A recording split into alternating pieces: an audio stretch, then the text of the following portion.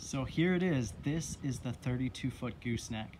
This is the very first gooseneck we've done at Liberation Tiny Homes, and we are so excited with how it turned out. So right off the bat, obviously the focal point here is the glass garage door. This is the first time we did a glass garage door and the first time we did a gooseneck, so there's a lot of firsts in this home, but we couldn't be happier with how it turned out. So this is the living space. This is a 32-foot gooseneck home, 24 feet on the main deck plus an 8-foot gooseneck section, so 32 feet overall, standard 8.5 feet wide and about 13.5 feet tall. The living room is behind this garage door, so the idea here is to open up this garage door, have outdoor, indoor living space. There will actually be a fold-down deck that comes off the front here. So the deck will fold up, it will protect this entire garage door when the home is being moved, and then some stainless steel cables that support it, and the deck will fold down off the front here. So really cool feature, and we can't wait to see that once it's set up. So coming around to the back of the house here, we have a mixture of 3 different materials, or 3 different finishes, I guess you could say. For one, there's a lot of windows. There are 16 windows in this tiny home. And that doesn't even count for the glass garage door or 2 skylights. So you technically have about 19 ways for light to get into this house, or 20 if you include the front door. So on the back side of the house here, we have some matte black metal going vertically in the middle of the home. We have some cedar strips in this corner, and then we have some cedar up here as well. This is shosugiban, so this is kind of an ancient Japanese method of charring and finishing cedar. Gives it a really nice, beautiful kind of black look. It also preserves it really well, virtually maintenance free for 75 to 100 years essentially. So really nice way to finish it. We use that on a lot of the home. And we really like the different materials, the contrasting materials and colors that this home provides on the outside and the inside. You do see a fireplace chimney here, so there is a fireplace that sits in front of that glass window, which I'll show you when we go inside. And we'll come around to the back of the house here. There's a storage area in the middle of the kitchen, which is accessed by that storage door there. And then there's also a storage in the back of the house and a little door to access that space as well. So if we come around to the back of the home here, get a different view. The black metal wraps around the back of the home. And then we switch over again to some cedar accents and shosugiban on the front of the home. So there's a little bump out onto the back here, and then this corner turns back to the cedar and wraps around the front of the house where the front door is, with this beautiful design of shosugiban that cuts in the middle of the natural cedar on either side. So this is what the house looks like from the front. Have kind of a beautiful corner window here in the bathroom, and then a corner window mirrored up there with windows lining the whole front of the house. So again, this is 32 feet long, 8.5 feet wide, about 13.5 feet tall. And this is a gooseneck style trailer, which makes it easier to tow. It distributes the weight better, and also allows you to go larger than a traditional home. This brings us to the front door, surrounded by the shosugiban black door with a little window there. Really modern, clean design here on the front of the home. So what do you say? Let's go inside and check this out.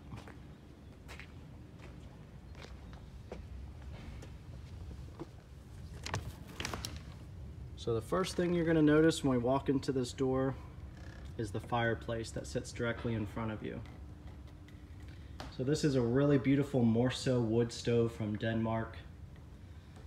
Has a storage platform underneath for wood, and then the actual fireplace right above that, and it sits right in front of this beautiful set of 2 windows, and the chimney goes directly through the ceiling.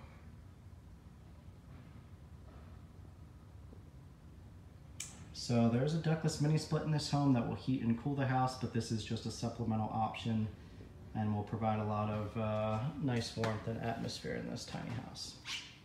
So we come inside the door here with a bank of storage cabinets that kind of welcome you right inside the door here. So these are really tall, really deep cabinets and holds a lot of stuff. So I know one of the most difficult things about a tiny house is finding room to put everything, and these cabinets definitely help with that. So there's a lot of storage inside here, some beautiful display shelves built into the corner, A really cool feature here that we worked with the client to design is a fold down desk. So this comes and sits on that first wood shelf, and there will be a little tufted poof that sits right here. So the client can sit on that, they can work right here on this desk, have a laptop, have papers up there and work, and sit right beside the fireplace while they work. And then when you're not using it anymore, you just fold this up. There's just a little magnet here on the edge that catches another magnet under the shelf. That holds it up and just makes it look like almost another door when you're not in use. Down at the bottom, there's also a cat door. So there will be a litter box right behind this cabinet that you access through this door. So a nice hidden way for some cat storage. So it'll be out of your way and you don't have to think about it. So if we turn to the right here and head up to the gooseneck section, this is a set of stairs. It has drawers inside of it and also has walnut butcher block on the stair treads. So that's going to be really durable and hold up really well, and a lot of storage in these drawers as well. So we'll head up these stairs and we'll head up into the gooseneck section, which has the garage door. So again, this will be their living space. And the idea here is to have the glass garage door that they can just open this up. It opens up like any traditional garage door, just rolls up and opens up the whole way. And then they'll have this deck that folds off the front for you to use. There's some bases here, some custom metal bases that are made for a table. So they will sit in front of the garage door and kind of be a desk workspace, and then also convert to a dining room table as well. So they can eat right in front of the garage door. And then their sofa will be along this black wall here, which is the back side of the storage cabinets. So their sofa will come to up about here, and then they'll have some nice storage shelves and some nice closed storage with outlets built in, some charging stations, and then also room to display things on top of the cabinet there. So again, there's the ductless mini system for heating and cooling. We have the ceiling fan up here as well. And then this gives you a really nice view into the rest of the home. So we look down into the kitchen, and then the bathroom beyond that, and then the sleeping loft up top there above the bathroom. So if we look at the kitchen, it's up on this platform. So there's a removable step right here. This step is just freestanding, it slides out of the way, and there's a removable panel behind this step. So that moves out of the way and accesses this storage space the whole way under the kitchen. So this is really nice. This is an option for if you go more of an off-grid package. You have space for batteries, for solar panels, some water tanks if you want to put those under there. So something that a client might do in the future. It's not set up yet, but they might utilize it in the future. Otherwise, we have a galley style kitchen, almost mirrored on both sides here.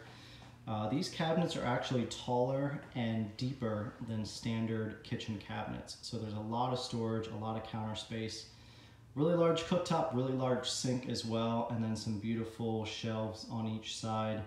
Especially above the sink here, some live edge black walnut shelves in front of those beautiful set of 3 windows. If you notice, the refrigerator freezer is tucked into the corner here behind there, so nicely hidden away. And let's go check out some of the features of the kitchen.